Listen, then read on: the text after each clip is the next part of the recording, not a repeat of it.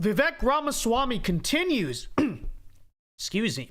Vivek Ramaswamy continues to make waves in the 2024 race. We're going to give you my reaction and thoughts on him, some of his interviews, some of his speeches overall as a candidate. Also, Jason Aldean's hit new song is under fire and being censored for basically just being too cool and too correct. We'll give you our thoughts tonight on the Vince Dow Show. Stay tuned.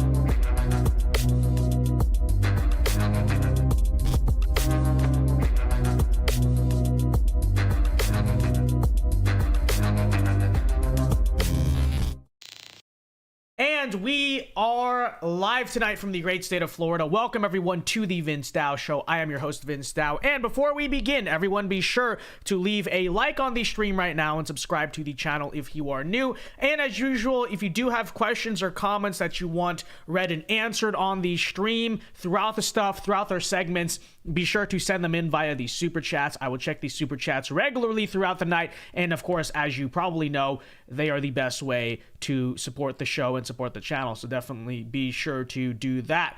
All right, folks. Well, tonight, it's kind of a lull in the news cycle. I feel like it feels like there's not a ton to talk about, but there are some interesting things to cover, I suppose. So I really want to do a sort of deep dive segment here on Vivek Ramaswamy, right? This hot new 2024 candidate who's making huge waves in the race.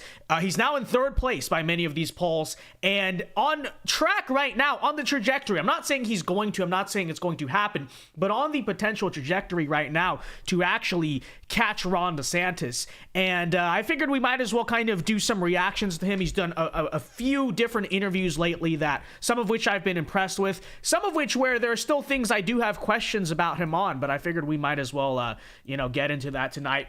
But while we wait for everyone to pour in, let me say hi to some people here in the chat. What's up, Adam? What's up, Noah Bodie? What's up, Kyer St. Joseph? Mr. President, good to see you guys. Noah Bodie says based music. It is real. It is true. Where is everyone tonight? Did you guys get the notification? Or is everyone just so bored by the stream topic because the news cycle sucks? Because I feel you. There's some nights where we do this show where I'm just like, I don't want to do it. But, we do this. We do this Monday through Friday. It's so true. So, all right, folks. Well, without further ado, let us get into the hour of Dow tonight, folks, and get into some of this. So, want to talk about Vivek Ramaswamy. I'm going to give you some of my thoughts as we go on. But I saw this clip from him recently that I think, it's not a topic, this education topic, where he talks about basically how to fix the school system from a practical test score perspective. Now, this is not exactly something that's the most interesting. It's not the most culturally relevant. But I think this clip right here, he's on this podcast, actually demonstrates a big reason why Vivek is so popular, which is A, he's incredibly articulate. B, he's incredibly visionary, right? He has absolutely ideas. He has a plan for everything, right? And C, as you can tell, just by the fact that he's thought out a topic like this so thoroughly and so clearly, kind of goes to show, no one's really handing him the script here. He is the one with the ideas. It doesn't come off with the way some of these other GOP candidates come off, where it's all think tank approved and all that stuff. It seems pretty real, right? It seems pretty genuine. He has thought through these things. And I suppose let's just react to it. Again, like I said, the topic itself, it's not the biggest culture war topic there is out there, although this concept of school choice does matter to a lot of voters. But I think this more goes to just show the sharpness and the wit of Vivek, and I'll give you some thoughts on it in a second. But we got quite a few Vivek clips to react to tonight, but here you go. Okay, so a question that I've been thinking about for a long time. Okay, you've been saying that education is the way out of poverty. And yes. So how do you plan to improve the quality of education in underprivileged communities and ensure that children have a way out, no matter the social economic background? Yeah, I mean, people should not be enslaved by the zip code that they're born in, and I use that word literally. I think this is the civil rights issue of our time, really. You talk about silly race-based quota systems on the back end. The problem starts in early childhood education, where people are literally trapped in the zip code where they're born. That's how you get generational systemic inequality. And yet the irony is the very people who favor the back end band-aids are the ones who are opposed to reform on the front end. So how do we do it? We need to rethink the educational system to be based upon, who would have ever thought, the achievement of students, rather than on providing employment perks to the bureaucrats, including those who run the teachers' unions, that hold those students captive. So I'm going to share an interesting fact with you. There is an inverse correlation. Okay, so that doesn't just mean there isn't a good enough correlation. There's literally an inverse correlation. It's the opposite. That is to say that the more you spend per student in the public schools, literally the less well those students are actually performing. Wow. That should be mind-boggling. So on a per student basis, in certain cities in this country where they're spending $35,000, $40,000 per student per year in places like the inner cities of Philadelphia or Chicago, those schools are delivering worse results than charter schools or private schools or even other public schools that are spending $15,000 to $20,000 per student per month. What? That's insane. So it's staggering. So part of my vision here is, let me give you my policy. I'm going to shut down the U.S. Department of Education. That's the head of the snake at the federal government level. Okay. Give that money back to the people that allow parents to be able to choose where they send their kids to school, to be able to take them out of those public schools that are failing and move them to private schools or charter schools, even if it's outside their district, because they have enough money, yes, money in the parents' pockets to actually do it. And then I go one step further with this one. I think that this is the cherry on top, but it's a big one. It's a way of starving the bureaucracy of the teachers' unions at the state level. So let's say a parent takes their kid out of one of those schools that is spending $40,000 per student per year and moving to one that spends $20,000 per student per year. I think literally that family should get half the difference. So that 40,000 minus 20,000 is $20,000. I think that family should be able to get the $10,000 difference that literally goes into the kid's account. And so we've done some modeling on this in terms of, if you assume normal investment returns, it starts in kindergarten, by the time they get to 12th grade, what does that add up to?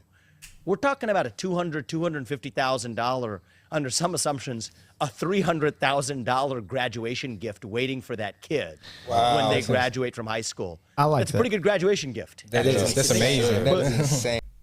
So I kind of just sat there and let it play for a reason, which is that I think this is the reason why Vivek has gone from a virtual no name to someone who's very impressive. Again, he's thought out through everything, but also, and this has always still to this day is my skepticism about him, but I think I'm starting to see him be able to overcome it, which is this guy can talk to virtually anyone and sort of sell conservative ideas, right? To really break it down, what he's advocating for, get rid of the Department of Education, school choice, right? It should be based on merit, break up the teachers' unions, break up the monopolies that are the teachers' unions, which, as every conservative probably knows, are huge hindrances, right?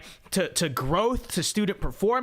All they do is basically protect bad teachers. But here he sits. I mean, I don't know. Let me just say, I don't know the exact background of the people who do this podcast. I don't know how many times they voted Republican in their life. Okay, let me just say that. I don't think he's exactly talking to a friendly crowd here. But notice he kind of is just able to sit down and speak to anyone and frankly make it all relatable to anyone, which is an issue that, as we talked about on last night's show, Ron DeSantis really does seem to struggle with, right?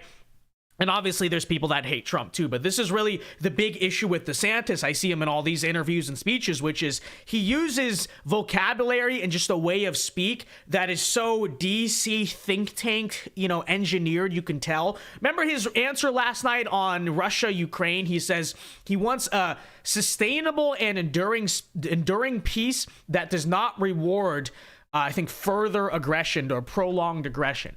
And I'm like, what the heck does that even mean, right? That's the Ron DeSantis answer to everything. And even if the ideas he's campaigning on for the most part probably are decent ideas, which honestly they probably are, right?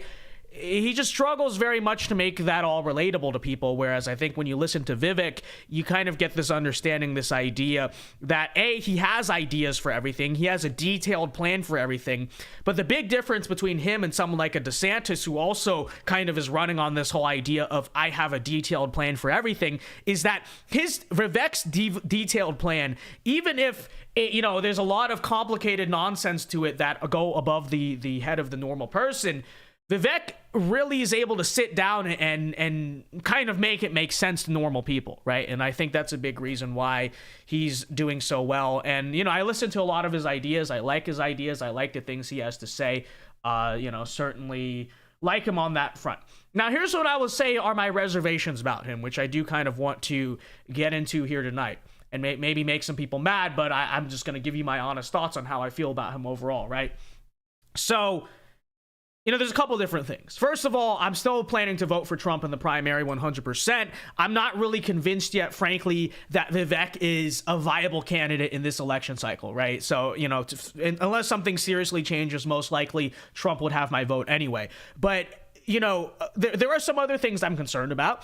Firstly, his past, who knows? There's some question marks there. But I'll tell you, and maybe people haven't heard this one yet, but I'll tell you a genuine concern I do have about Vivek is actually the fact that he is a Hindu, right? The fact that his faith obviously is, a faith that no president in the history of the United States has ever shared.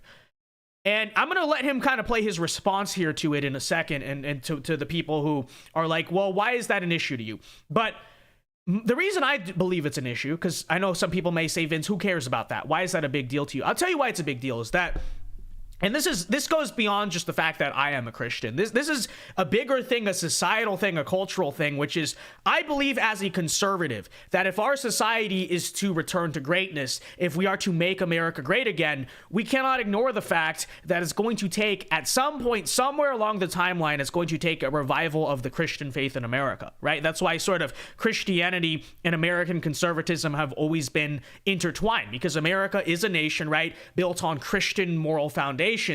And, if we want to return to traditional America, what made America great, you cannot separate that from the faith that most Americans have had throughout all of its history. There are many different people on all sides of the political aisle who would like to do that. They think you can separate it. I'm a believer you can't. Right? So this is not to say that every single Republican voter or conservative or whatever has to be Christian or be my denomination of Christian, but I believe overall, right, in order to revive the country, long-term, big picture, it's going to take a revival of our faith, right? The faith that built America. The reason why I have an issue with electing, in Congress, state level, VP, even, who cares, right? But I have to say legitimately, and this is legitimate concern, I have reservations as a Christian who believes that the restoral of faith is necessary to long-term this country in electing someone who is not Christian, right? But then the counter argument, which I do understand, and you may bring this up, you'll say, well, Vince, most of the GOP, they may call themselves Christian, but they're no more Christian than Vivek is, so why does that really matter to you? To which I say, 100% understand that, which is a legitimate counter argument you might bring in favor of him. But my thing still kind of on the flip side is, okay, even if it's kind of insincere, even if they just profess it, I would argue that's better, at least culturally and politically, for the country than it is someone who's just, openly not Christian. So I have concerns about that. Now you could say on the flip side that, well, it's kind of the Donald Trump argument, is it not? Because I have full confidence that Vivek as president would pass a lot of policies that are good for Christians, in the same sense that Donald Trump, probably not the archetype ambassador for American Christianity, but look at everything he did in this country for Christians. So I'm willing to have that concern alleviated about him, but understand it is a concern, and it's a concern I personally have a hard time getting over. Now, other arguments you could bring up, well, we did nominate as a party a Mormon in 2012, to which I'd also say, look how that turned out, right? But we did nominate a Mormon in our past, so maybe, how I have feelings about that too. But then I'd also say at least Mormonism grew in the United States, so it's I don't know how I feel about it. But anyways, here's him kind of answering. He did an interview with my friend Brandon Tatum, and Brandon asked him this very question, and let's hear his answer. So let's hear him and out. I think you have to give credit where credit is due and critique where critique is necessary. Two things that I want to ask you, because age and religion are two things that I think maybe give pause to some people, right? You're 37 years old, probably you're almost 38. we're young. I'm 36. Yeah. We're young. You know, a person would say, what experience does a 30-something-year-old man have if you're going to be running, you know, the entire country and dealing with foreign relations? And then also, that's the first question. Yep. How do you overcome that perspective of age? And then the second question is religion, because most of I would say Trump supporters are conservative Christians. Yep. How do you, being Hindu, affect or have no effect on the Judeo-Christian perspective from the conservative side? So the age and the religion are two questions I want to ask you about. Which one do you want me to go first on? Let's go with religion first, and then we'll do age. Yeah. And I think that's in many ways the more fundamental one, which I think is a legitimate question for people who don't know me to ask. Yeah, I don't have huge issues with his age. I mean, it doesn't matter to me one way or the other. I think the age thing is overrated. Oh, we need younger people. I don't really care. But, you know, there is something to be said about actually, in my opinion, I think the ideal politician is like 50 or 60 for president, because I think there's also something to be said about people act like we all need 35-year-olds running the country, but I think there's something to be said about climbing the hierarchy of life and then being the guy in charge. So on the flip side, I wouldn't have a problem with him being president because he's in his 30s. It doesn't matter to me, but let's hear him out on religion. And so what do I say? I'll speak the truth. I think that this country was indeed founded on Judeo-Christian principles, and we should not apologize for that fact. I'm actually vocal about it. I'm a big believer in history. I've studied our nation's history. I've studied the Bible. I went to Christian school for high school. This nation is absolutely founded on Judeo-Christian values. I share those values deeply in common. I am a Hindu. I was raised in a Hindu household. We raised our two sons in the same faith-based tradition. But it's the same values that ground us. The belief that God put us here for a purpose, that there is a one true God, that we're united, we're equal. Brandon, not because some guy wrote it in a secular document. We're equal, as we say in the Christian tradition, because we're made in the image of God. The tradition I was raised in, we say we're equal because God resides in each of us. I believe it. The thing that gives me my freedom, even in a presidential campaign, in moments of stress, what do I remind myself of? It's not being done by us. It is being done through us. We were put here for a reason, for a higher purpose, that we have to make that sacrifice for that higher purpose. To me, that's one of the most powerful threads through the entire Bible. You have God asked Abraham to sacrifice his son Isaac. He didn't make him follow through with that sacrifice. But then in the New Testament, God actually sacrificed his son for the people who needed that sacrifice in order to believe in God. That's exactly the tradition of sacrifice and duty. Hinduism is founded on that same tradition of following your duty. And I think America is founded on the concept of being a constitutional republic, not just a democracy, where citizens have duties to their country too, something we've forgotten. And so I live my life according to a standard. We brought our two sons into this world. The standard I want you to hold me to as your next president, if you all put me there, is that I want to be able to look my two sons in the eye just like everybody else hopefully can look their kids in the eye and say, I want you to grow up and be like him. Whoever that is in the White House, that's the standard I want you to hold me to. And you know what? I think that when it comes to advancing the interests of those who are Christians, those who are Jews, those who are Hindus, those who are people of faith in this country, religious liberty is under assault in our country. I am an unapologetic defender of religious liberty. I am unapologetically pro-life in this country. In some ways, though, because I'm young, and this ties to the age question, but also because, frankly, I wasn't raised in a Christian household, I can defend those values without somebody calling me a Christian nationalist. And I think that actually gives me more liberty and latitude to do it. And speaking of the age question, that also is what allows me to reach the next generation. You know, my wife and I, we're making family and faith and patriotism and hard work. We're making those concepts cool again. I don't know if you saw some of that video footage from that party that we had after the Turning Point event that I spoke at over the weekend. I mean, it was moving to me to see thousands of young Americans. I mean, they were mobbing us. It feels like we're at a concert. I'm a rock star, but I'm not talking about it because of sex, drugs, and alcohol. I'm talking about faith, family, and what it means to be a citizen of this country. Those are cool concepts, right? That's what we have to pass on to the next generation, because those are inherently concepts that young people are starved for and hungry for. And as a young person, I think I am best positioned of anybody in this race in either party to make young Americans proud to be citizens of this country again. I am 37. It's a fair question to ask. Yes, what have I accomplished? Well, I hope my best accomplishments and my best contributions to this country are still ahead of me. But I haven't been sitting around for the last couple of decades either. I've built multi-billion-dollar businesses, employed thousands of people, developed medicines, 5 of which are FDA-approved products today. In the last couple of years, I've written 3 books. They're my own books, not somebody else's. One of them was one of the top New York Times bestsellers of the last several years, exposing the woke industrial complex in America. I think we get the idea. So I have a tendency with him. He speaks so well, I'll just sit there and listen and then forget we're on stream. But no, it is real. But so that's why I go back and forth on it, because that answer is way better than most of the Christian political candidates out there will give on faith. It's true. I wouldn't really have skepticism that he as president would do the same policies we like, just hearing everything we hear him say, right? And from that answer, right, he, in my opinion, gave a better defense of Christianity in America than most of the Christian Republican politicians do, legitimately, you know?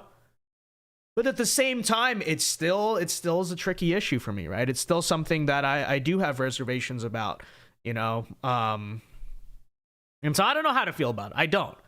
Because there's so many different arguments you can make for both cases. Because on the flip side, like I said, a lot of the Christian quote-unquote Republicans are not really all that Christian themselves. So what difference does it really make, right? Who's, you know, but at the same time, for me, it's less so about that, right? I have no doubt personally Vivek will pass the policies we like. For me, more so, it's a symbolic thing, right? What does it say about this country? Every single president in our history has been Christian of some denomination, right? What does it say as a country that for the first time ever, we just straight up elect a president who publicly is not Christian? Like, what does that say as a country? Even if he passes a lot of good policies and he does good things for conservatism and maybe even for the faith in America, but what does that say? And what does that say, especially that the first party to do that, in theory, just pretending, right, that let's say he's gonna win this year's primary? What does that say that, you know, that the first one to do that was a Republican, was a person for the conservative right-wing party in this country? I am still skeptical about that precedent, right? I have no problem with Vivek being given a cabinet position. Some people are even saying VP. He's on the short list for me there, but I have problems with that, right? I have moral reservations about that. Again, long term. Why? Not because Vivek is bad on any of these policies. I think he's a policy genius. I like all of his policies. But because, like I said, I believe that at some point, maybe the politics comes first and then the faith, or maybe the faith comes and then the politics. At some point in this journey, there's going to have to be a revival of faith in America. And I don't mean any faith, right? I mean the faith that built this country, okay? And it's not a matter of, again, every single person has to submit to, you know, what we want, but it's just an understanding, like, if this country is ever going to return to what it was, somehow it has to return to what it was, and religion and spirituality matters too. And so that's my take on that, right? And I just have reservations about the idea of saying, let's elect a Hindu. You know, there's something about that throws me off. I don't know. I still have my reservations about that. I do like Vivek a lot. You know, I don't have anything bad to say about him on most fronts, but that is a concern I do have. So, you know, let me see what the chat thinks, actually. Let's see. They are Christian in name only, most of them. I'm sick of them. See, that's why I say it's not a matter of, oh, do they have the values to enact our policies? Does Vivek have the values to enact our policies? Because Vivek is no different than these, like, fake Christian Republicans who, you know, just do the same policies. So I'm not worried so much about that. It's more so for me, again, what does it kind of say culturally, symbolically, that a country who, I'm a conservative, right? I like tradition. I enjoy tradition. I appreciate tradition. What does it say that a country who every single president in its history, right, has been a Christian? What does it say that, you know, all of a sudden, well, I guess you have Thomas Jefferson, right? Thomas Jefferson was a deist. Okay, maybe I'm totally wrong. But since the 1850s, right, every single president has certainly been Christian, and then all of a sudden we put a Hindu up there. I don't know. I have my questions about it. I'd like it to be religious, but I just don't believe in it can't. I think the ideas and values benefit society, but I don't believe in the actual ideology. Well, okay, Forbes List or Bust brings up, well, this is the counterpoint I'm willing to accept, which is, I guarantee you, Trump isn't really earnestly Christian either. He brings up God, but he doesn't live his life Christian and never has. Well, see, that's the counter argument for Vivek that I understand. But my thing, though, is still that it's not about them. It's about the greater impact of it, right? So I think there's something to be said that an open non-Christian, someone who openly professes a totally different faith, being in power, being the president, there's something about that, the precedent that sets as a country. You see what I'm getting at? There's been plenty of secretly non-Christian degenerate presidents throughout our history, right? Probably most of them, realistically. But it's not just about them as a person. I think it's about what, on a greater level, their symbolic impact is in many ways, right? Because a president is not just a president. It's not just a politician. Really, and let's be real, a lot of the policies that they pass, it takes time for them to actually change the country. It's bigger than that, right? To me, it's bigger than that. There's something, every time a president is elected, there's a cultural shift that happens in the country, right? A big reason the 1980s culturally are what they were is because of Ronald Reagan, right? So that's my concern with him and his Hinduism, right? It's not so much on a personal level.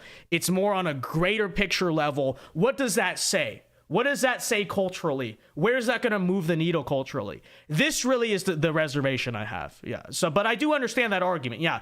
In terms of personal morality, I mean, can I really say Trump is any different or most Republicans are? Of course not. Of course not. That's not what I'm saying. Understand that, right? It's more so, again, about the cultural impact of each one. That's what I'm concerned about. So Vivek could always find Jesus. Well, I certainly pray that he does, certainly. He lives with faith, unlike most of our politicians, even if they call themselves Christian. Well, that's a fair argument. Like I said, I understand that argument completely. I, again, still personal reservations, but I get that argument completely. I certainly do, So I don't know. It's just like I said. I mean, it's just something to think about. But anyways, we move on here. Let's talk about some more of this stuff. So here's him responding. So now that he's getting popular, right now he's starting to get the attacks, and this really is going to be the testing ground for him, right? He is in the honeymoon phase. No one the past few months has really had anything all that bad to say about him. Trump people like him. DeSantis people like him. The neocons don't even really know much about him, And so now, as you can imagine, some of the knives are coming out. And here's him responding to some things I have questions about too, which is, does he have past connections to George Soros, the WEF? He said some things about, COVID-19 back in the day. All that stuff. Let's take a look at this is his response video to all the people asking these questions. So here, take a listen. We're surging in the polls. The knives are coming out. The opposition research machines are churning. And you know what? That's a good thing. Because I'm running to be your next president. I want to lead this country. And I better darn well be able to take some questions along the way. Stay skeptical. I would be too. Let me just address them transparently. Most popular question. Really quickly, I think Blake Bridges leaves a good comment. Best case, Vivek becomes a Christian. Yes, that's the best case. Worst case, he is a wake-up call for the actual Christians to get their act together. Well, Blake Bridges, I get that. I do get that. Yeah, that's a strong argument. Because I think Donald Trump was the same thing. Donald Trump really is a wake-up call to a lot of American Christians because they had all these moralist evangelical types who were just soft on every single issue for so many years. They could never get anything done. When push came to shove, they never defended themselves or stuck up for their faith. And then here comes Donald Trump, billionaire playboy from New York, and just does all the things we said we were going to do for so many years and kind of just stands them up to their face, right? So maybe that's the case with him too, right? Because, I mean, just listen to him. He defended the Christian faith better than Mike Pence did, and he's not even Christian. So yeah, maybe you do have a point there. Like I said, it's just something I think about, right? Questions we've gotten in order. First, what is my relationship with the World Economic Forum? Answer: None. Other than being probably their biggest critic here in the United States. And then the reason people are asking me this, though, is because the World Economic Forum named me on a list of so-called young global leaders. They did it despite the fact that I turned down their award. They kept my name on that list despite the fact that I repeatedly asked them to take it off because I did not share their values. I'm an opponent of it. Well, when they refused to do it, you know what I did? I sued them because I believe in taking action. That's the World Economic Forum question. Next popular question we get is, what is my connection with George Soros? Answer, none. Zero. Indirect, direct, zero connection with George Soros. Why are people asking this question? It's because back in 2010, by the way, long before George Soros had completely fallen off the deep end and gone into these progressive causes, funding these disastrous, toxic prosecutors who are soft on crime, who I've also railed against. Long before then, in 2010, I won a scholarship when I was 24, 25 years old, headed to law school, that was partly funded by, not George Soros, but Paul Soros, who's a relative, a brother of George Soros, who made his money independently, who, by the way, is now dead, that funded hundreds of people. Hundreds of kids won that scholarship. I was one of them to go to graduate school at the age of 24, 25, back when I didn't have a lot of money to do it. And you know what? If I had turned down that scholarship back then, that would have been so foolish that anybody that foolish probably should have no place anywhere near the White House doing trade deals on behalf of this country. Next question I actually got last few days was about a statement that I had made about masks back in early 2020, in the early stages of the pandemic. And here, I'll admit it, my anti-government instincts got the better of me. Because I don't know if you all remember this, but back in March, April 2020, when I put that tweet out, which said that we should buy masks. I mean, the thing on the mask front is, even if he did say something cringe on it, can any of the Republican candidates say they didn't, right? Can Donald Trump say he didn't? Obviously not. Can Ron DeSantis also say that he never said? It kind of is what it is on that front. I don't even really care about this third one, but let's play based on individual personal responsibility or whatever it was that I said. That was in response to the government, including Fauci and the head of the CDC, laughing at people for buying masks and telling people across this country that they shouldn't buy masks. I have inherently libertarian instincts. I'm skeptical of the government. I think the government mostly lies. And so when they were saying don't buy masks, I went the other way and said that, you know what? If the government's going to tell me not to protect myself, then maybe we should be protecting ourselves. Well, as the facts changed, so did my opinions on it. We quickly learned that masks don't work. The entire time I was against mask mandates and vaccine mandates. In fact, you can take a look at my clip with Tucker in late 2020, when I was one of the early people warning against rolling out the vaccine too quickly and the risks of doing it. But that's where I've been all along. So anyway, keep the questions coming. I think skepticism is good. I think if you want to lead the free world, you better be able to handle the heat. Otherwise, you get out of the kitchen. And you know what? We're going to keep doing this at every step of the way, transparently, openly. That's my job. And your job is to keep asking questions. Keep doing it. Stay skeptical. That's what makes the country work. Yeah, so I mean, here's my thing. I don't really have questions, to tell you the truth, about Vivek's insincerity. Like, I don't think he has any problems on that front, to tell you the truth. Some people may disagree, but I don't know. I just listened to him. Obviously, he's very articulate. Obviously, he's very sharp. He is incredibly well-spoken. You know, probably one of the best well-spoken candidates I've seen in recent history when it comes to American politics in either party, right? But while I would say it is possible that he's just the best snake oil salesman in history, you know, he's an epic, insanely good Indian scammer, you know, I just don't see that in him, right? Because I think there's a certain level where it gets very hard to fake sincerity. You can very often tell when politicians have been trained, they've been think tank read. Ron DeSantis, some of his recent answers, I'd have to say, you can kind of tell. I don't sense that at all in Vivek. I just sense sincerity. He's very smart. He's very articulate. He's very intelligent. And I don't really have these concerns with him necessarily. I don't believe he's a puppet of the World Economic Forum, to tell you the truth. I don't believe he's a puppet of George Soros, a plant. And if he was, like, how? Why would he? What's the point of it? I think that's a little far-fetched, to tell you the truth. I understand the skepticism. Of course, this guy comes from nowhere. You have questions. I have plenty of questions. Hearing him out, I don't really believe that about him. My reservations on him, I think, are a lot more practical and tangible. First of all, the religion thing, like I said, still a reservation of mine. But beyond that, I guess I have the reservation that, well, he did come from nowhere. We'd like to know more. Here's what it is. Is he ready? Is he just there yet? Is it his time? I don't know. I do have those questions. Like I said, still plan to vote Trump in the primary. Don't expect that to change. I will say his role in this primary is actually very important. It's very important because the amount of ideas and a vision he has thrown out there is very good for the Overton window. Conservatives are discussing things that they weren't discussing before. Republicans especially, right? The Republican candidates, this guy being so, because if he was at 1%, like Andrew Yang was, Andrew Yang never crossed 2%, 3%, then this guy would be totally ignored and his ideas would be ignored. But he's in third place now.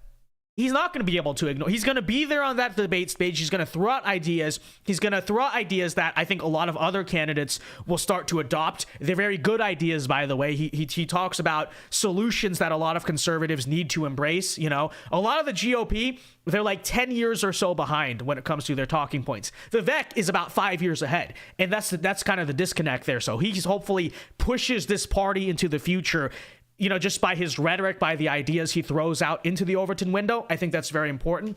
And like many people are saying, I think at the very least, a cabinet position for him would be a very good thing. Some people even want to go so far as to make him the vice president. Like I said, he's not my number one. He's probably my number 2 or 3 on that list. I would have no issues with it. The big thing I would say, though, is I think him being a running mate for, let's say, Trump is going to be contingent on how well he actually does in the primary, right? Because he's doing well right now, third place. If he catches DeSantis or comes close to catching DeSantis, I would say yes. If he kind of drops off, though, if this is his ceiling 8%, he kind of drops off, then it's a little hard to justify picking some, once no-name finance bro to be the vice president. So I don't know. But regardless, I'd like to see chief of staff. That'd be pretty good. That's kind of where I want him. I don't know, some type of policy advisor to Trump. Very good. And then I would even say maybe the first 2 or so years he does that. The second 2 or so years, where else this guy would be very good if he wants to prepare a future presidential run? Because I think 2028, this guy can be a very viable candidate. Let me just say that. Most people thought DeSantis has had it locked up for 2028. I think you're seeing now on the campaign trail, that is far from guaranteed. Who's going to take it next, right? This guy right here, Vivek, I think he's a very strong contender for 2028. I think a year or so in conservative media, whether that's on Fox or he has his own YouTube channel or something, he co-hosts with Tucker Carlson, something, I think that'd be very good too. Or maybe do kind of what Candace Owens kind of built herself off of, do like campus tours, campus speeches, something like that. I don't know, just some ideas. But I think the guy has a bright future in politics regardless. I like him. I think at the very least, he's authentic, he's sincere, he's very smart. He's the type of guy I could totally sit down and have a conversation with, and we'd love to do that sometime on the channel. And so there's the verdict on Vivek. I like the guy. I think he has a bright future. I don't plan to vote for him in this cycle. But, honestly, if Trump were to drop out, I probably would. Let's just say something happens.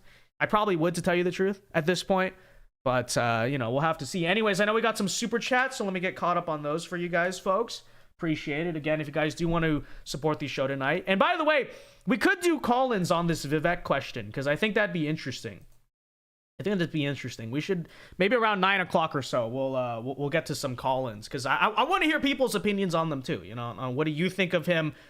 Because maybe I have a fence-sitting opinion. I kind of do, right? I don't have a strong opinion. I'm like, yeah, I like the guy. I have this reservation. I'm not going to vote for him, but he has a bright future, So, I'd like to hear some of your guys' thoughts. So maybe we'll do a call-in stream tonight. But let me get to these super chats here, folks. We got 10. Oh, wait, hold on. They're not showing up on the screen. I have to push it up here. Hold on, give me a second. There we go. Burgundy Blue for $10. Thank you very much. Burgundy Blue says, as a deist myself, I think we should generally be skeptical of candidates from non-American faiths. That's my point on it too, right? Because I get it. Thomas Jefferson was president. Mitt Romney, the Mormon, but there's something about that, like Hindu, it's never been a historic part of the American nation at all. It's a little out there, but Vivek is different. I'm 95% sure I'm voting for him in the Republican primary in New York. Well, thank you for the $10. I mean, I can't hate you for that. I can't blame you for that. I mean, I don't have anything against the people who vote for Vivek. I will say though, in the long shot chance that DeSantis makes it close for Trump and you Vivek people screw it over for Trump, then we're gonna have a very kind discussion to have. But I don't think that's gonna happen, to tell you the truth. So thank you for the $10. Appreciate it very much. Burgundy Blue. And here we go. We got $2 here from Dollar for Dollar. Says, do a members block playing trivia quiz on Jetpunk. Okay, all right. Well, I was gonna do a members block tonight anyway, so all right, maybe we'll do that tonight. I really want you guys to help me pick out a new car, okay? Because I want to buy a car next year. And tonight, so we're doing a members block tonight, so be sure to join the membership link in the description. And if the mods could post it in the chat, that'd be great. But next year I want to buy a new car, and I want the community, I want the membership, the channel members to help me make this very important decision. So be sure to join us tonight, and we'll do whatever dollar for dollar. Trivia sounds fun. That sounds like it'd be a fun members block. So anyways, yeah. There's the verdict on Vivek. Would like to get him on the channel at some point. Let's move on here to our other story of the night, which is the fact that gotta talk about this Jason Aldean song, okay, folks? So wait, hold on. I know the mouse is moving along here a little bit. By the way, guys, you do want to super chat to support the show. It's greatly appreciated. But so as you may have heard about, there's this new country song out, okay? Jason Aldean called "Try That in a Small Town." And this song is based, okay? This is our song. This is our guy. So basically, the long story short of this is it's kind of a diss track at urban crime, BLM, Antifa, more urban crime. And I can't play the song. Some of you guys have seen it. Some of you guys have seen the music video that's very based. But it says, just to give you an idea, right? Sucker punch somebody on a sidewalk, carjack an old lady at a red light, pull a gun on the owner of a liquor store. You think it's cool? Well, act a fool if you like, blah, blah, blah. But then it goes and gets on to try that in a small town. Right, so it basically says to all the stuff that happens in our American cities, country singer, comes along and says, try that in a small town. Now, there has been absolute, folks, outrage over this song from people who don't really care or listen to country music. But CMT, which is country music television, a very big thing, I guess, in the country music world, has pulled this song, okay? And so we read it on, and the libs are having an absolute meltdown. And you see the AP saying, Jason Aldean's new music video was filmed at a lynching site because they filmed it in a town where lynching happened. Well, hey, newsflash, AP, I think most towns in the South, at some point, you could probably point to and say someone got lynched there, okay? AKA hung. It kind of used to happen back in the day, okay? But, this is what they're freaking out about. They're going on to say, it goes, this is the site. So Columbia, Tennessee is the site of a 1946 Columbia race riot. I've never heard of that. And the 1927 lynching of a 18-year-old black teenager named Henry Choate. Oh my gosh, guys. Oh my gosh. Can you guys believe it? They filmed it in a southern town, and at some point in the history of that southern town, there was a race riot and there was a lynching. Can you believe this, guys? This is literally the most racist, evil song ever, and we had that. You guys remember Justin Jones, that Tennessee state rep who, went on the let me find the tweet. I got the tweet for you guys. Hold on. Let me pull it up here, okay? Let's pull it up here. So Justin Jones, remember him, Martin Luther King? He goes on and says, as Tennessee lawmakers, this is the guy who, stormed the Tennessee state capitol, protest gun control. Remember him? He says, as Tennessee lawmakers, we have an obligation to condemn Jason Aldean's heinous song calling for racist violence. Okay, first of all, racist? The song never mentions race. It talks about crime in the inner city. So what are you trying to say there, Justin Jones, huh? Because you're trying to say something that the song never said. Just saying. But it says, what a shameful vision of gun extremism and vigilantism. We will continue to call for common sense gun laws that protect all our children and communities. So we have actual elected officials going out and condemning this song. And what does this song very centrally say? I mean, read the lyrics, listen to the song. What is it saying? Okay? It is not calling to murder anyone. In fact, it doesn't say anything on that front, but sure, you could say maybe it insinuates something of try that in a small town. But what is being responded to here? Again, sucker punch somebody on a sidewalk, carjack an old lady, pull a gun on the owner of a liquor store, cuss out a cop, spit in his face, try that in a small town. Okay? So what it is talking about, of course, is self-defense, right? It is saying, you come and do this nonsense that you get away with in our cities. You do this in small town America. You're not going to get away with it because we will act in self-defense. According to Justin Jones, that is racist violence, that is gun extremism, that is vigilantism. On the flip side, though, okay, you know, whatever you think of it. On the flip side, will Justin Jones ever condemn rap and hip-hop music, okay? Because remember F. Donald Trump? Remember that song? Who sung that song? T.I., I think. One of those people. I forget which one. One of those rappers, right? Remember that F. Donald Trump song? From my recollection, I think he actually had a gun pointed at Donald Trump's face in that video. So he was basically insinuating to assassinate the president in that video. But listen to any rap song all the time. You want to talk about gun violence? Jason Aldean here never actually calls for gun violence. You know what does all the time? Rap music. I shot him. I killed him. Blah, blah, blah. Many such cases. And even songs, by the way, songs and artists that the left actually uses for political purposes. For instance, what is one of the most time-tested old BLM, and even before BLM was a thing, anthems? It is F the Police by NWA, right? F the Police. Everyone knows that song. That song openly it talks about violence against the police, right? Ice Cube will swarm on any MFer in a blue uniform, right? So that song basically openly says, be violent against the police. They don't care. And of course, what's the excuse they use? Oh, it's just artistic expression. So apparently, as a rapper, if you openly say, kill this guy, shoot that guy, kill the police, swarm on the police, that's artistic expression. But when you, Jason Aldean, insinuate, you don't even say it, you insinuate maybe a hint of self-defense against people who are committing violent crimes against you, that's so wrong and evil. Well, I'll tell you what, that actually does kind of reflect in many ways the social standards of this country, which is that self-defense is criminalized, right?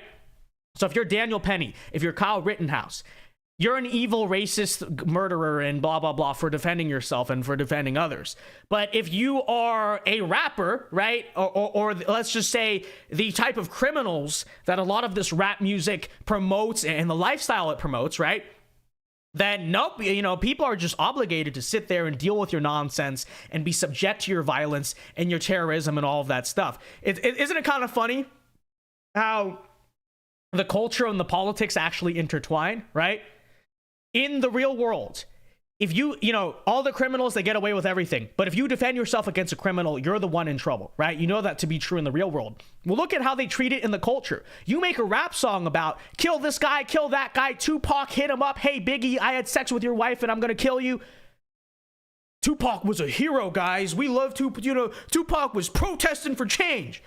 When Jason Aldean says small towns will defend themselves against violent, delinquent criminals, he's calling for racist gun violence, guys. We can't have this. But, you know, the good news, the flip side, the white pill of the whole situation, as you may have heard, is that this song is actually now #1 on the iTunes charts. And I fully encourage all of you, go stream, try that in a small town. Okay, great song. Even if you don't like country music, which I'm into it now. I didn't grow up liking it. It's actually just a good song. Like I think it's a song. It's not so country that nobody can vibe with it. Definitely go stream it, folks, and stand up too to CMT, to Nashville, to the big country labels, right? Because they don't like this song, obviously. They're trying to push country music to the left, but the problem they're running into, right? The artists, the fans, all of that stuff, it really is the last genre left that has not fully succumbed to, you know, record labels and Hollywood and all that stuff. And they're trying to change that, right? They're trying to change that. Luke Combs, you may remember from a couple years ago, he went and apologized. Oh, I'm so sorry, I did a video with that flag. But, you know, Jason Aldean doubling down, and we love to see it. Go stream it, okay? Try that in a small town. Great song, 100%. Go check it out. All right, one last thing I did want to talk about here on this topic of, you know, self-defense. Exactly, John. The song is about self-defense against criminals, correct? So one last thing I want to talk about. You're seeing a trend here, and then I want to do super chats and call-ins tonight because I want to kind of discuss this Vivek stuff. But Just Talk TV points out here, and you're seeing this trend in Europe. Just Stop. You know the climate activists that block the roads. I'm sure everyone's familiar. You've seen those videos. There's this trend I'm seeing increasing. This is not the only video I've seen where people are just getting very sick and they're just straight up. They're not running anyone over, but they're shoving them out the way. They're throwing them out the way. They're punching them. They're kicking them. And let's take a look. Check it out here. Check this out. This was in London, I believe, maybe Germany. I'm not actually sure, but check out this video. Here you go.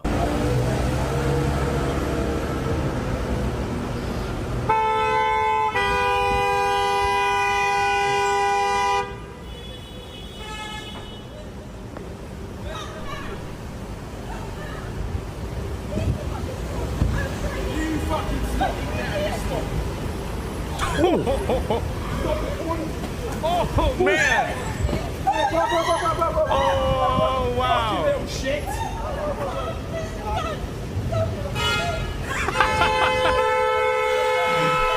Damn!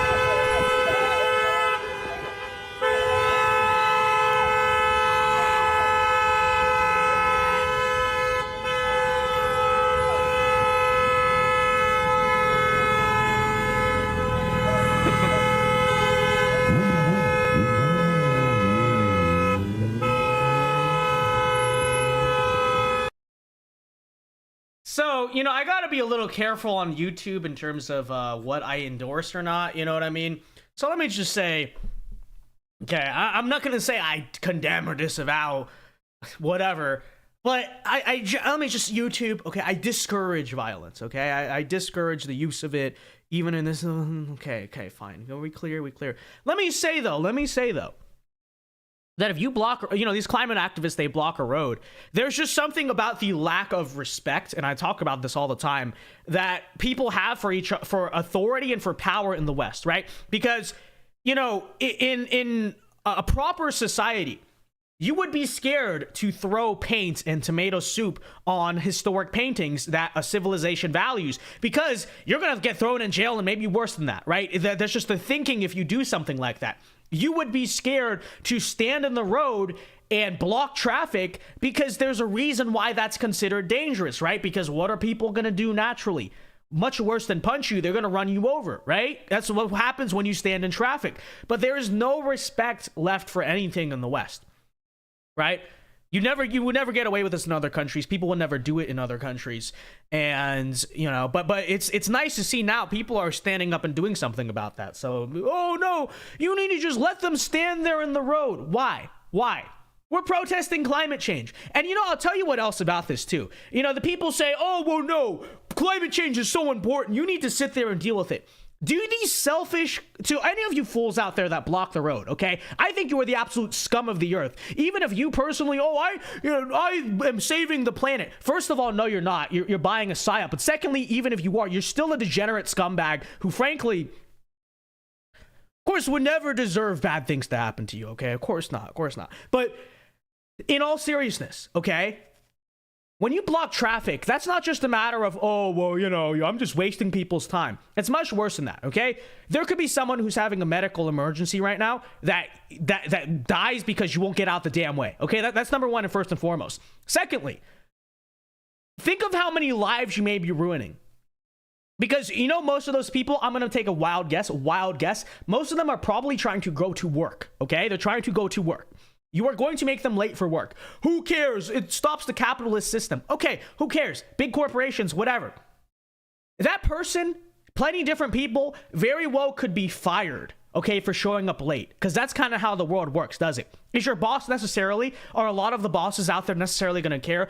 Oh, I got stuck in a climate protest. Maybe. I hope so. It's not their fault. But realistically, you could be making someone lose their job and hence lose their ability to feed their freaking family. And, but climate change. No, you're a degenerate. You're a scumbag. Of course, you don't deserve any bad things to happen to you. Of course not, YouTube, of course. But, seriously. Freaking... I'm not going to say I hate these people. But I hate the energy that possesses them, okay? I sincerely do. So, I'm not going to endorse anything on YouTube, but I will say that when you do something like that, you should not be surprised when a Chad just does that. That's what I'll say. Is that satisfactory? Do we understand what I'm getting at there? Okay.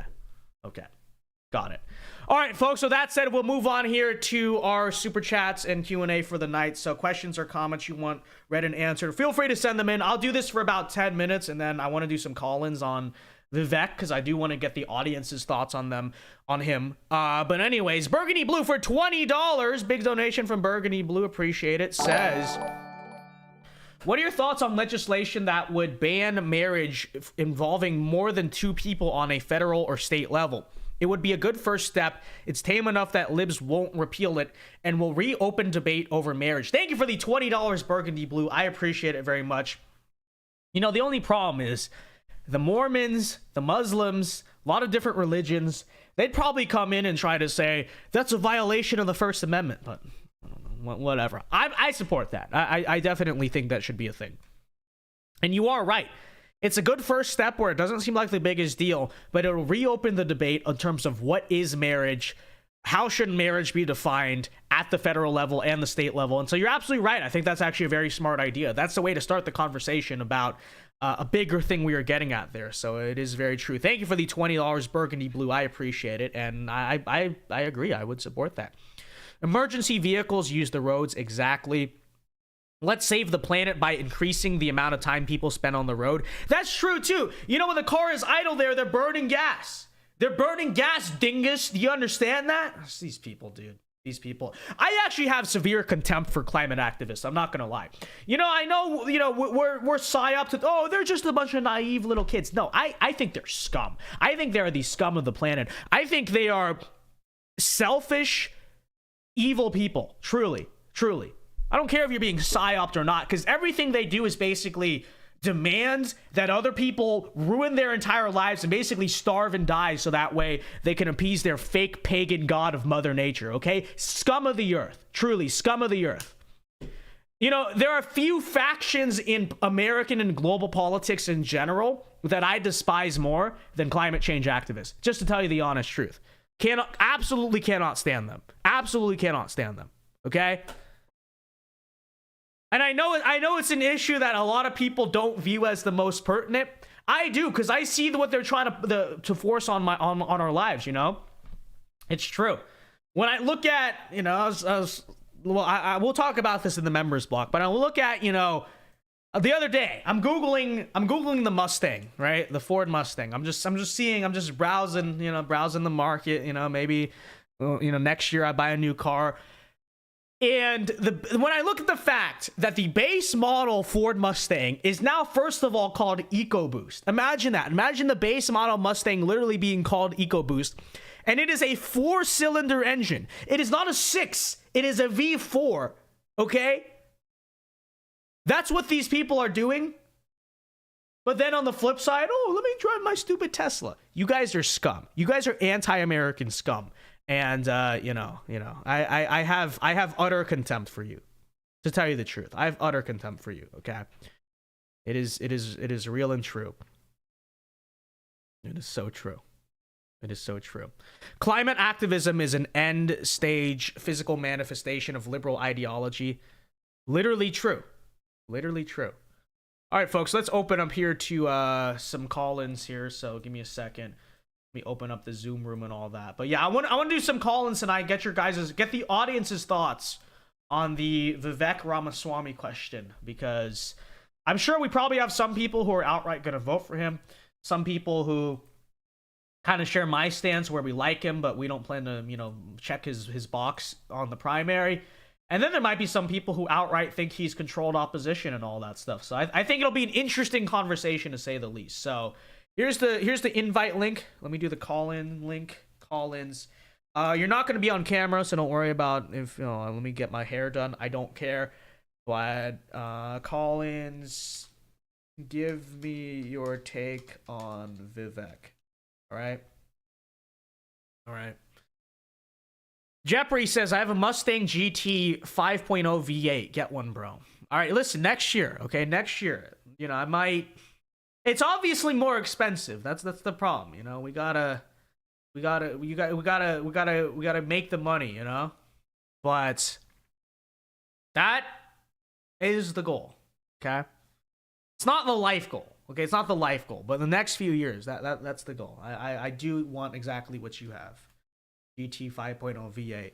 We're gonna have this discussion on the members block, so be sure to join the members block. We're gonna have a heated debate about cars, okay? So my wife negotiated the dealership. We got one less than 30,000. Wow. All right, I might have to send in a girl to help me then. I might, Jeffrey. That's you got a GT in this market for under 30K. That's impressive. That's quite impressive. All right, folks, we got 2 people here in the waiting room. Let's add in IBM first, because I know we tried to get him last night and he was not able to. So here we go. Let's see. Hold on. Give me a second, IBM. I have to make sure your audio is sharing. Give me a second. Add audio source really quickly. Zoom exe. Add executable. Okay. All right, IBM. Can you hear us? Hello? You there, IBM? Are you speaking words? I don't think he is. IBM, are you there? IBM is a psyop. It's a fake caller. I don't believe he actually exists. Chat. Hello? All right. While we wait for him to figure that out, Burgundy Blue for $2, thank you very much, says, Vince, do you consider yourself white or part white? I consider myself part white. I mean, I don't really pass for just being white. I feel like I have to clarify I am indeed mixed, mixed race or whatever. So, like, I don't feel I could walk into a crowd of white people and they'd be like, howdy chap, So I consider myself mixed, I'm part white. Lol, yeah, I'm almost twice your age, so midlife crisis goal for me. Listen, Jeffrey, I feel it. I truly do, My dad's he left the call. Okay. Let's see here. I'm not able to respond with audio, so I tried and failed.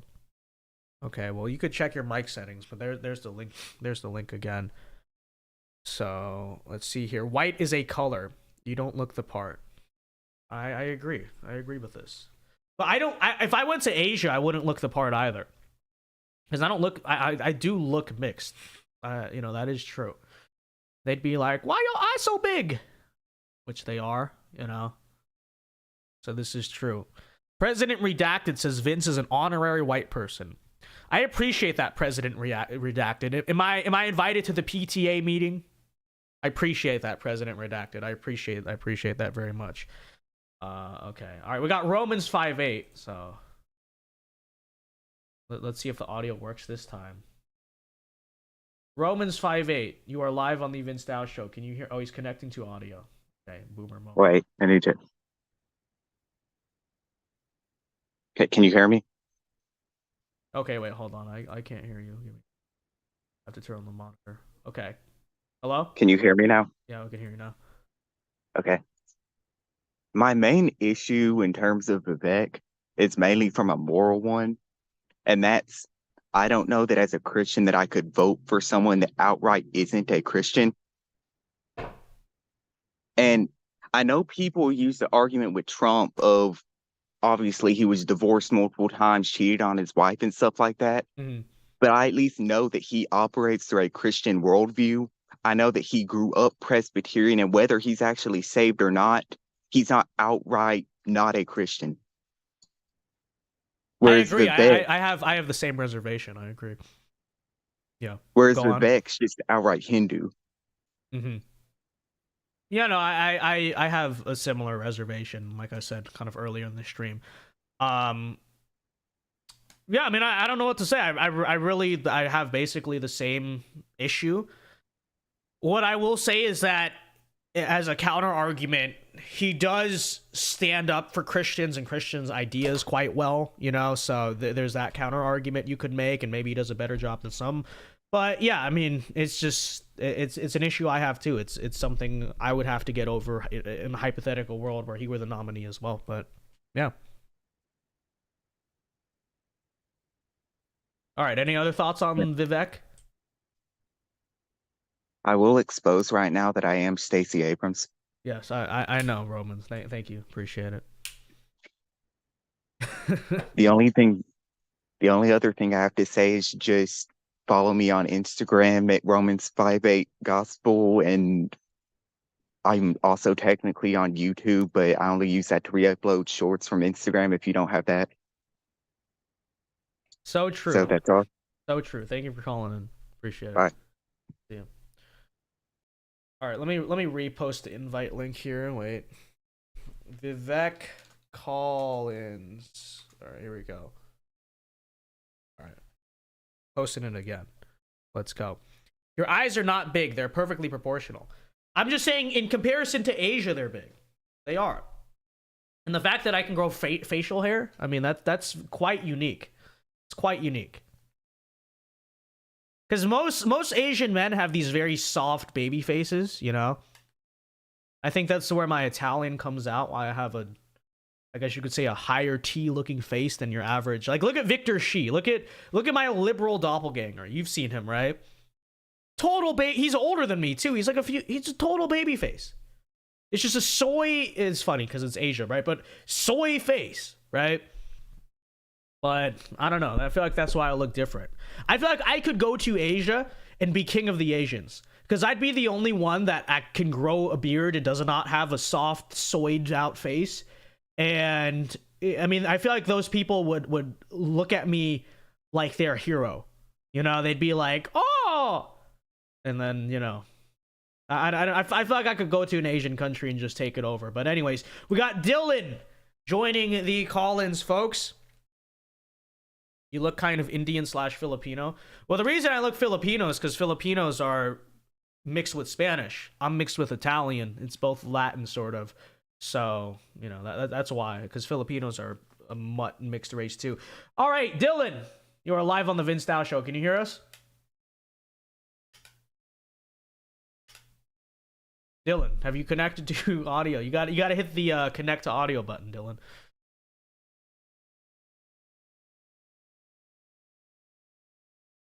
Hello? Dylan, are you there? Okay. All right. You gotta, let me type it in the chat. You gotta hit the connect to audio button. I'm gonna imagine that's the issue. All right. Anyways, let's read chat while we wait for him. On the bright side, you get to look manly and still appear to physically age very slowly. It's true. It's true. This is real. Jeffrey says, I lived in the Middle East for 5 years. I project American, even though the majority of people are brown. True. I could imagine. I could certainly imagine. I think he looks kind of white, especially with the beard. No, it is real. I'm the only... How many Asians have you seen with facial hair? It just doesn't exist. That's why I was so skeptical of growing one. I was like, there's no way I could pull it off. My mixed genes are coming in strong, okay? It's true. It's true. Vince teaching us how to use Zoom. Yeah, real. Dylan's just not here. Let me post the call-in link again.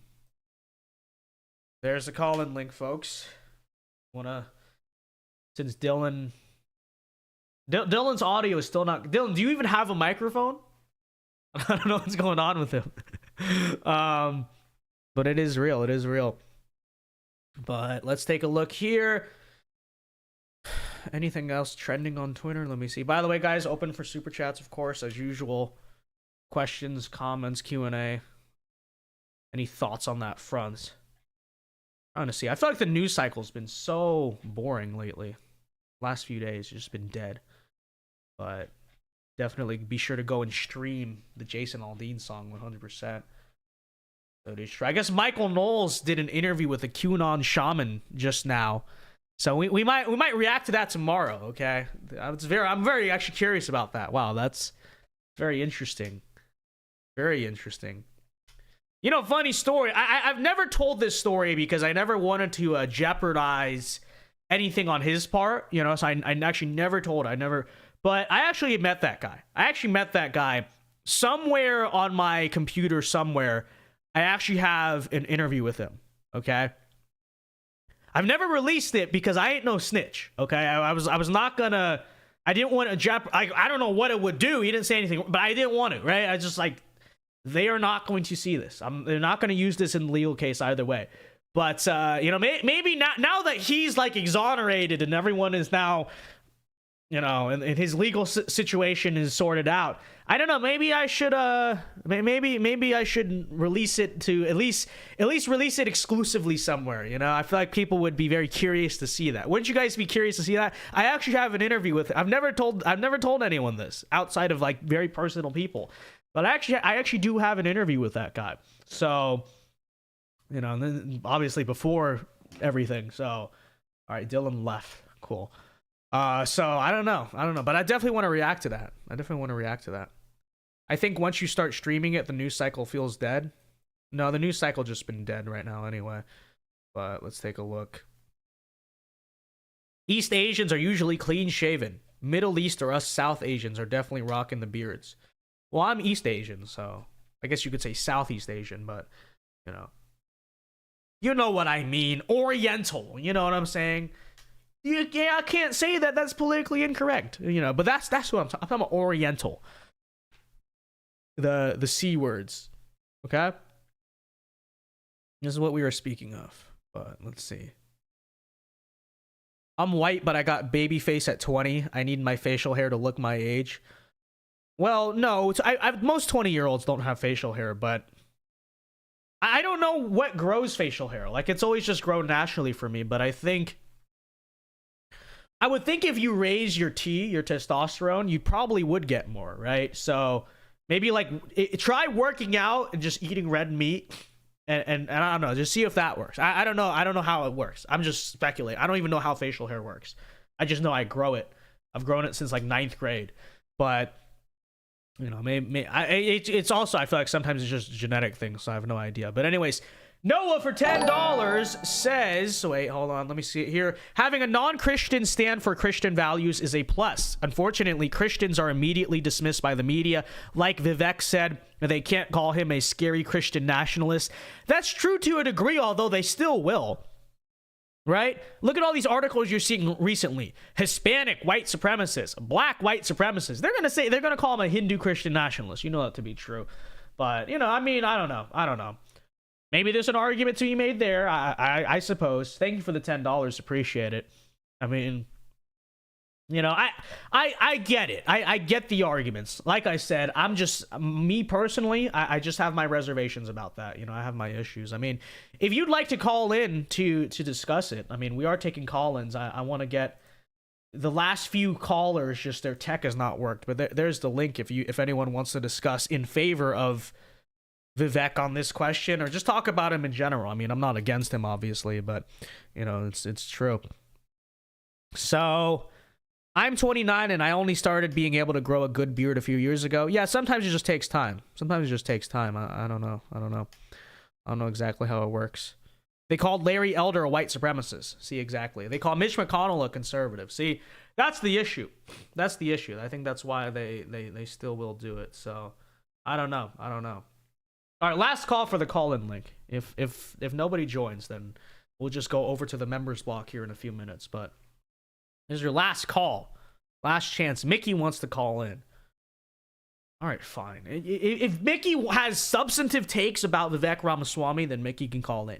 If Mickey's just gonna go on again about how I don't know, about something with Vladimir Putin and how they're in a gay relationship, then we're not doing it. Okay, then we're not doing it. Did you ever grow wisdom teeth? I did. I had them removed when I was in high school.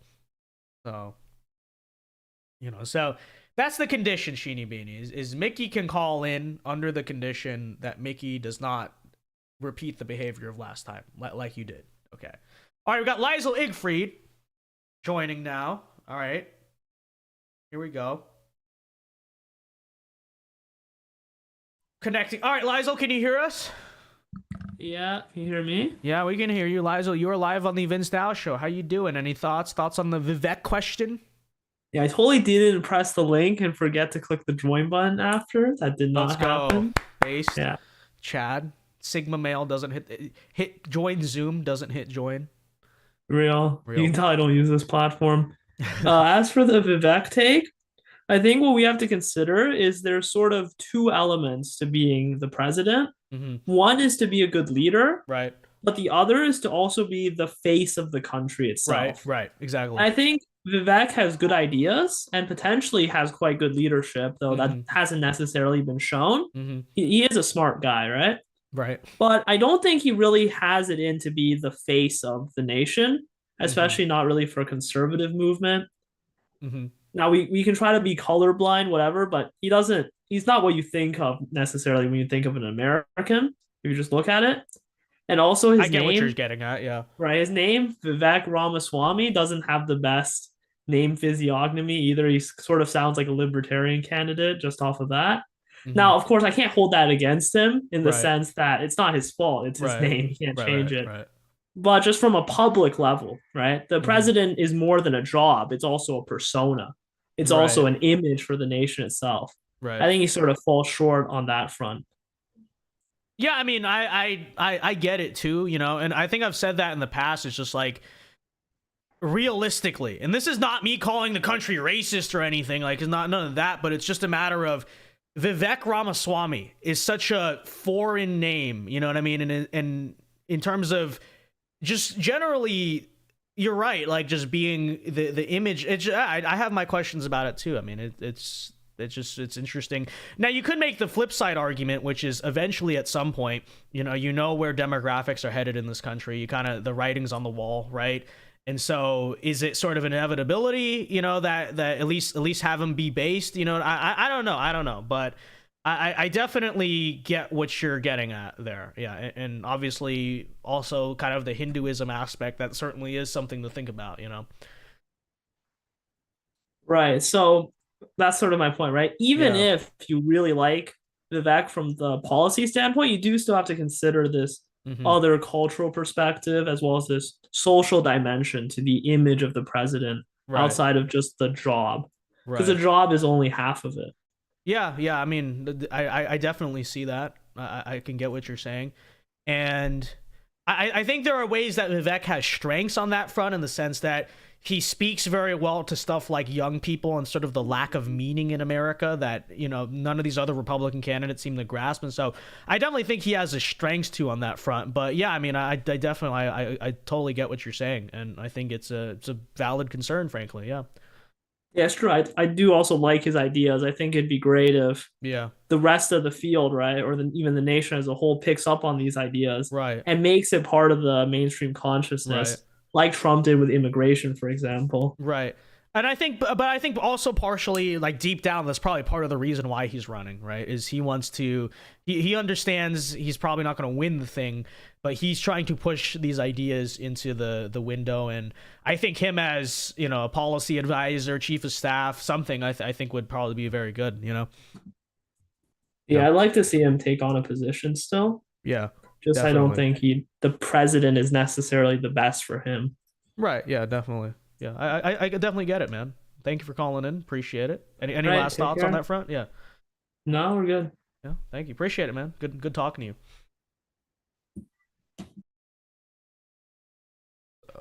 All right, let's take a look here. We can take one more caller. Okay, we'll take one more caller and then we'll go to the members block. Okay. I actually got a super chat here. Burgundy Blue for $10. Thank you very much. Burgundy Blue says, did you see Vosh's video on Vivek? He literally said he's the most overtly fascist of all the Republicans running. Wait, hold on. There we go. Put it on the screen. Jokes on him. That only makes me want to. Hey, whoa. Calm down there, Burgundy Blue. Whoa. Thank you for the $10. I appreciate it. Most overtly. See, that's the thing. Yeah, they're gonna slander him anyway. So it's just a matter of like, whatever, right? I don't know. By the way, guys, look, I have a butane lighter. I don't know, it's just been sitting on my desk and I've been playing with it the whole show. Look at this. Dang. Let's watch out. I'm being a child. Okay, last call. Any last callers want to call in? I'll post the link one more time. There it is. And we'll wrap up. Try to wrap up at like 9:30 here. So Ramen Head Club says, Vince, have you heard from the KGB show? They haven't streamed in about 11 days. Well, I have not. I have not. I don't live in Texas, so I don't communicate with them that often.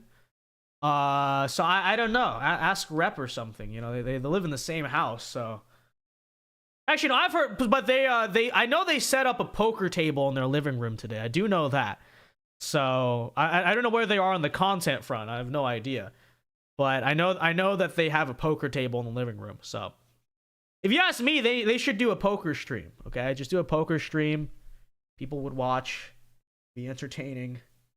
I don't know, but I don't know. I don't know why they haven't streamed in 11 days.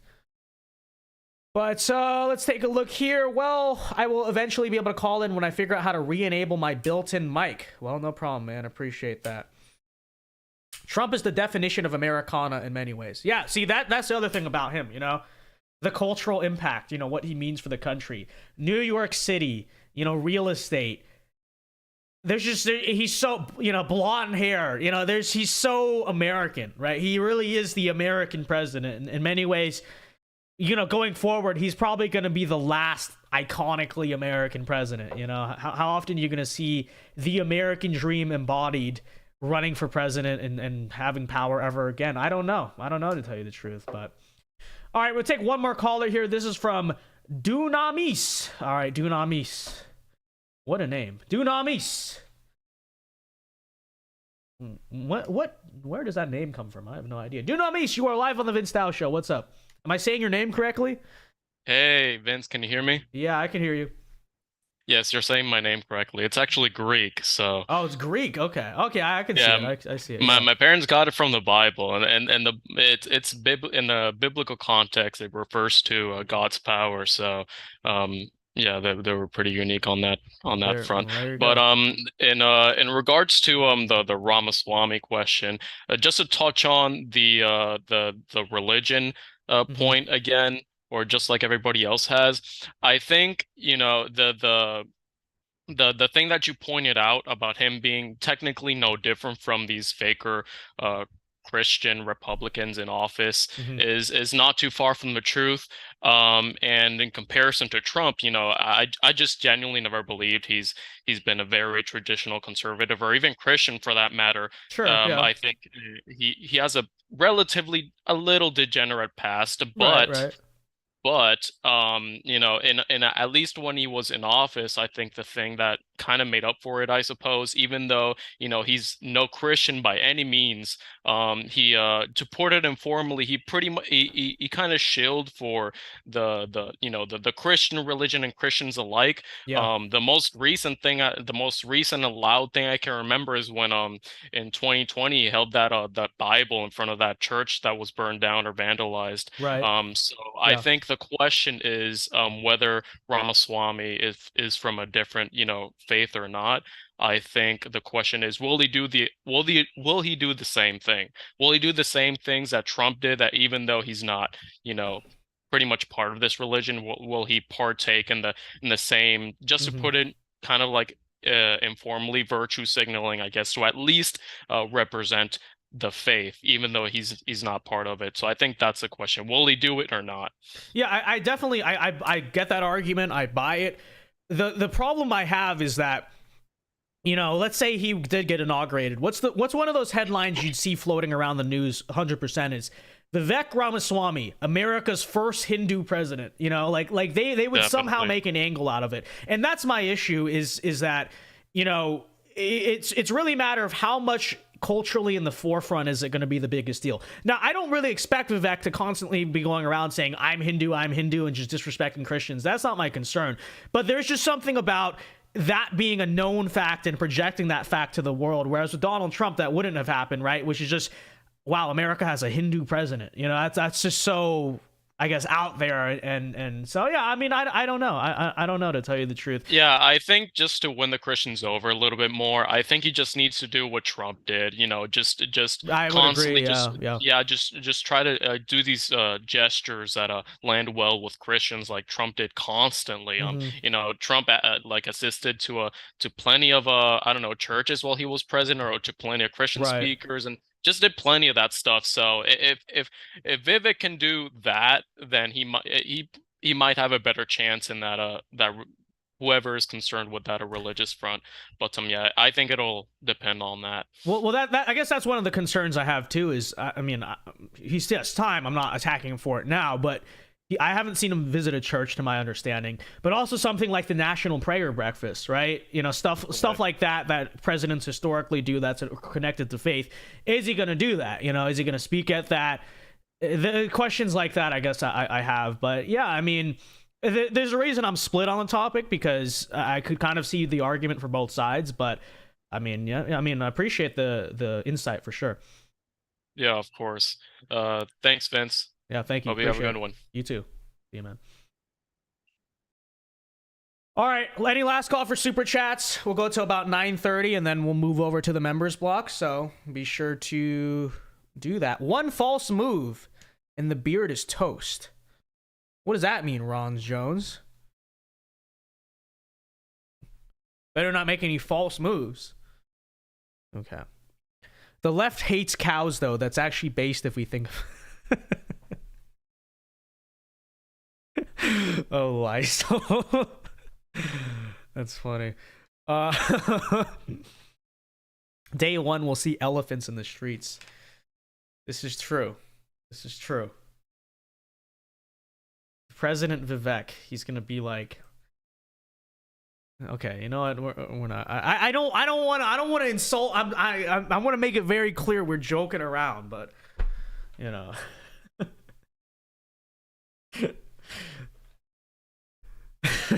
All right, we're just gonna stop. Playing with a lighter. Oh yeah, no, I see what you mean. Vince, release the iceberg. Okay, well, we'll release it on the members block. Okay, I'll release it on the members block. You hate what you are. Whumps does this mean? I don't know what you mean by that. I didn't get notified for this. Yeah, I know. I can tell. We started the stream, and for the first 10 minutes, we had like 20 viewers. I was like, what's going on? So, yeah, I mean, YouTube doing a little bit of trolling, just... I should set up a Telegram channel, chat. That's what we should do. We should set up a Telegram channel that has an automatic notification anytime we go live. I think that'd be a good idea. I feel like that's what we should do. So I might look into that. And then that way, every time we go live, everyone knows. You're notified, and it's, you know what I'm saying? So, definitely. Vivek will ban red meat. This is, yeah. Vivek, are you going to... That would be kind of funny. All right, well, it's about 9:29. Last call for super chats, and then we will go over to the members block. We have very important decisions to discuss on tonight's members block, okay? We need to pick out a car. We need to play trivia, apparently, and we need to release the VinceDao iceberg. So there's a lot to talk about, so be sure to join the channel membership. Link in the description to join us on the members block tonight. But, yes. All right, folks. Well, until then, I'll see you guys in a few minutes here, members. And if I don't, be sure to join us tomorrow night, 8 p.m. Eastern Time, for the next episode of The VinceDao Show. Until then, Alpha moves only. God bless. Have a very good night, and peace.